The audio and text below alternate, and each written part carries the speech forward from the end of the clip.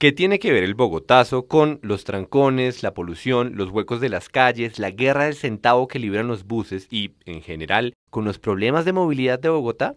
La respuesta completa no es sencilla, pero comencemos por el titular.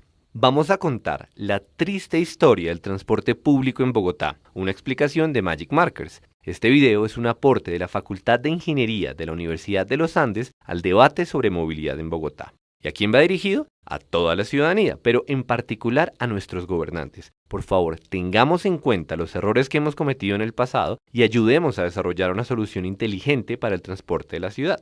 Entonces, a lo que venimos. Todo empezó el funesto 9 de abril de 1948. Jorge Eliezer Gaitán fue asesinado y la ciudad se enloqueció. Hubo saqueos, pedreas, disturbios, ocurrió el Bogotazo. Y aunque es una historia muy importante en sí misma, tiene un hecho fundamental para nuestro tema. Buena parte del tranvía de Bogotá fue destrozado en la revuelta. Eso nos dejó con una decisión pendiente. Podíamos invertir dinero en restaurar el tranvía, sus trenes y sus rieles, o pasarnos a un sistema de buses, que era lo que estaba de moda en otras ciudades del mundo. Bogotá ya tenía algunos buses en las zonas en las que no había tranvía, pero el hecho es que, en lugar de mantener una solución mixta, decidimos apostarle por completo a este modo de transporte.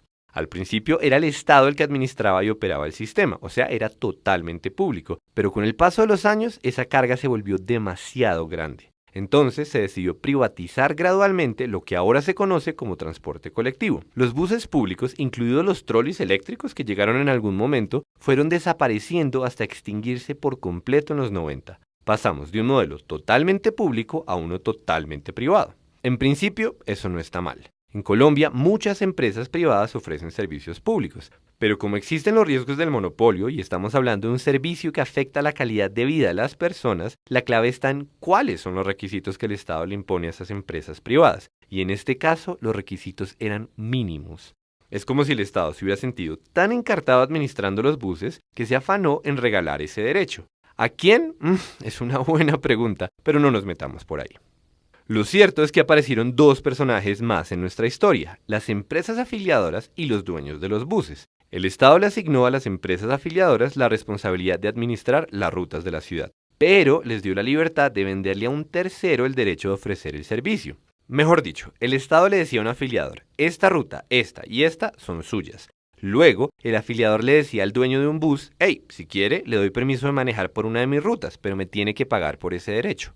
De entrada, esto es bastante indignante porque quiere decir que las empresas afiliadoras están explotando un bien público sin dar nada a cambio, o bueno, muy poco. Y así fue como las rutas se volvieron mercancía, para colmo, en un negocio libre de riesgos para las empresas afiliadoras. Ellas no compran buses ni contratan conductores, solo le venden el derecho de usar una ruta a las personas que se encargan de esas cosas.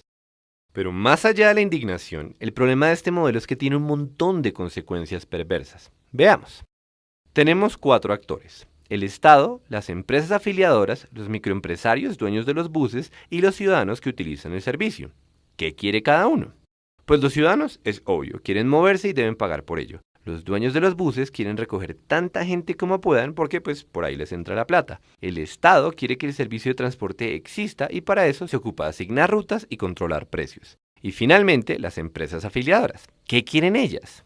Se supone que están ahí para administrar las rutas, nada más que eso. Sin embargo, en la medida en que reciben dinero por cada bus que está en circulación, ellas sí quieren algo, que haya muchos buses en la ciudad, tantos como sea posible. Eso genera un conflicto. Para el Estado no es bueno que haya demasiados buses por el desgaste de las vías, los trancones y la polución. Los conductores tampoco quieren que haya demasiada competencia porque se vuelve más difícil recoger suficientes pasajeros. Los ciudadanos, por su parte, no quieren que baje la calidad del servicio. Y si bien la votación era de 3-1, los afiliadores tenían un as bajo la manga. Mucho dinero, que en este contexto se traduce en influencia política.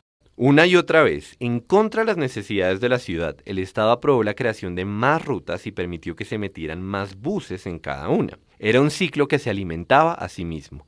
Entre más rutas existían, más buses circulaban. Entre más buses circulaban, más dinero recibían las afiliadoras. Y entre más dinero recibían, más poder político se concentraba en sus manos. Así, en lugar de utilizar una matriz de origen-destino para determinar cuáles son los puntos de la ciudad que deben conectar las rutas, pusimos rutas y buses básicamente en donde sea que hubiera calles. Ahora bien, cuando hay sobreoferta en un mercado, lo normal es que alguien se quiebre. Si hay demasiados buses, entonces no hay suficiente dinero para que todos sigan ofreciendo ese servicio. La pregunta es, ¿cómo es que no se quebraron? ¿Cómo es posible que un sistema ineficiente y al mismo tiempo sujeto a las reglas del mercado fuera sostenible desde los años 70 hasta hoy? Detengámonos un momento, pues conviene aclarar que los dueños de los buses también son víctimas de un modelo mal diseñado. Ellos se metieron a un negocio que al principio parecía rentable y con el paso del tiempo terminaron en la guerra del centavo porque los afiliadores encontraron la forma de vender demasiados cupos. Entonces, ahora sí, ¿por qué no se quebraron? Pues bien, hay que recordar que el Estado es el que define cuánto cuesta un pasaje y recordemos también que los buses son la única opción de transporte de millones de personas. Los dueños de los buses no se quebraron porque también tenían una forma de influenciar las decisiones del Estado, los paros. ¿Y qué exigieron? No que hubiera menos buses en circulación, por supuesto que no. Como gremio, eso sería dispararse en el pie. Lo que exigieron fue que se subiera el precio de los pasajes y así la buseta sigue siendo un buen negocio. Entonces, si uno lo piensa, fueron los pasajeros los que empezaron a pagar por la ineficiencia del sistema. Y esto pasó muchas veces. La ciudad se infartaba por culpa de un paro y el Estado no tenía más remedio que subir la tarifa.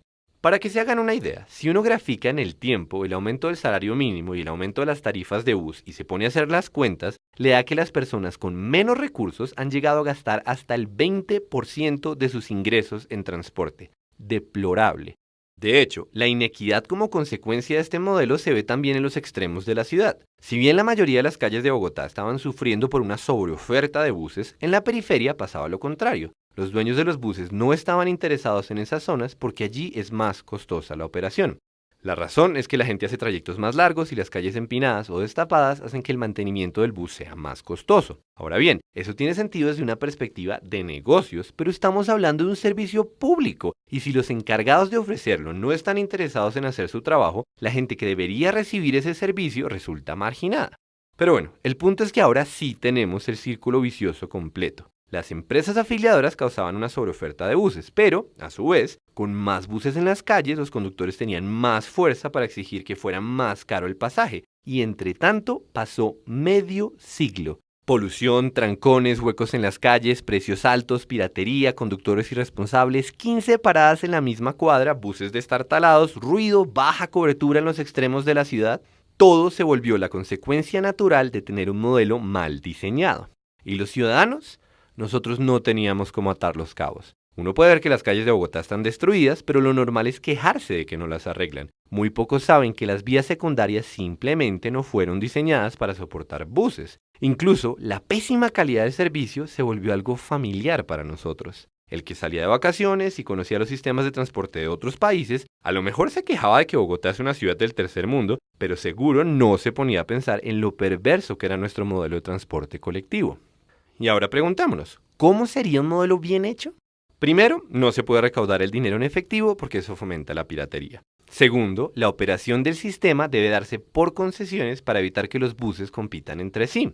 Tercero, los conductores deben tener un contrato para que no haya incentivos que los hagan manejar como locos. Cuarto, debe haber condiciones de seguridad y calidad en los buses. Podríamos seguir con la lista, pero seguramente ya saben para dónde vamos. Transmilenio, como modelo público-privado de transporte, es un sistema muy bien pensado. No fue fácil implementarlo porque los dueños de los buses y las empresas afiliadoras se resistieron. Además, el Estado tuvo que poner toda la infraestructura porque ningún privado se hubiera arriesgado a hacer esa inversión. Pero lo logramos. Todos sabemos que esta nueva etapa del transporte masivo en Bogotá tiene sus propios problemas, pero aquí nos toca detenernos porque la historia de los buses rojos ocuparía un video entero y habrá que dejarlo para otra ocasión. Por ahora, el punto de toda esta reflexión es el siguiente: ni un paso atrás. Debe quedar claro que lo que teníamos antes era mucho, pero mucho peor. Las dificultades que enfrentamos ahora se pueden superar. En cambio, los problemas del viejo sistema son inherentes al modelo. Y esto viene al caso porque nos encontramos en un momento clave. Se acerca la segunda fase de licitaciones para Transmilenio. Eso quiere decir que el próximo gobierno tendrá la oportunidad de dar un gran paso hacia adelante, de demostrar que aprendimos la lección del viejo modelo y de corregir los errores del nuevo. Entonces, debemos retomar los cronogramas de ampliación, pensar en energías limpias, completar de una vez por todas la integración del sistema, lo que incluye sacar las viejas busetas y llegar a un modelo de transporte que le dé prioridad al bienestar de los usuarios. La costo-eficiencia del sistema es fundamental, pero no es lo único. Nuestra misión como sociedad es asegurarnos de que se aproveche esta oportunidad. Debemos mostrarle a los gobernantes que sabemos cuáles son los errores que se han cometido y como sabemos eso, estaremos pendientes de que se hagan bien las cosas.